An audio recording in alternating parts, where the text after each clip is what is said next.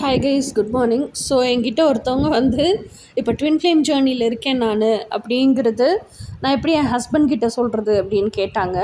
நான் என்ன கேட்குறேன்னா, நீங்கள் first of all twin flame ஜேர்னியில் இருக்கீங்க அப்படின்னு உங்கள் ஹஸ்பண்ட் கிட்ட எதுக்காக சொல்லணும்? இப்போ உங்கள் ஹஸ்பண்டுக்கு தெரிய வேண்டியது நீங்கள் வந்து உங்கள் ட்வின் ஃப்ளேமை சூஸ் பண்ணியிருக்கீங்கங்கிறது மாத்திரம்தான். அப்போ நீங்கள் சொல்ல வேண்டிய விஷயம் என்ன அப்படின்னு சொன்னால், அதாவது இப்போ நீங்கள் அந்த ட்வின் ஃப்ளேம் ஜேர்னிக்கே ஏன் போயிருப்பீங்க அப்படின்னா, உங்கள் கல்யாண வாழ்க்கையே ரொம்ப கார்மிக்காக இருக்குது, டாக்ஸிக்காக இருக்குன்னு தான் போயிருப்பீங்க. அப்போ நீங்கள் ஹஸ்பண்ட் கிட்ட சொல்ல வேண்டிய விஷயம் என்னென்னா, உங்களுக்கும் எனக்கும் நிறைய விஷயம் ஒத்து வரல. உங்களோட கோர் வேல்யூஸும் என்னோடய கோர் வேல்யூஸும் டிஃப்ரெண்ட்டாக இருக்குது.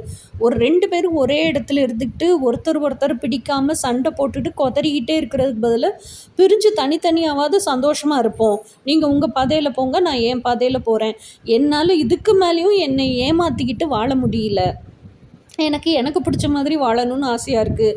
இங்கே இருந்தால் உங்களுக்கு பிடிச்ச மாதிரியும் வாழ முடியல, எனக்கு பிடிச்ச மாதிரியும் வாழ முடியல. எனக்கு ரொம்ப சஃபகேட்டிங்காக இருக்குது. இந்த சஃபகேஷன்லேயே என்னால் ரொம்ப வருஷம் வாழ முடியல. I am feeling sick. எனக்காகவே நான் வாழ்ந்த இத்தனை வருஷம் வாழ்க்கையிலையும் திரும்பி பார்த்தா மற்றவங்க எல்லோரும் இருக்காங்க. என் வாழ்க்கையில் நானே இல்லை. என்னைய தொலைச்சிட்டு என்னால் வாழ முடியல. இதுதான் நீங்கள் உங்கள் ஹஸ்பண்ட் கிட்ட சொல்ல வேண்டியது. ஏன்னா இதுதான் ஆக்சுவல் ட்ரூத்தும் கூட.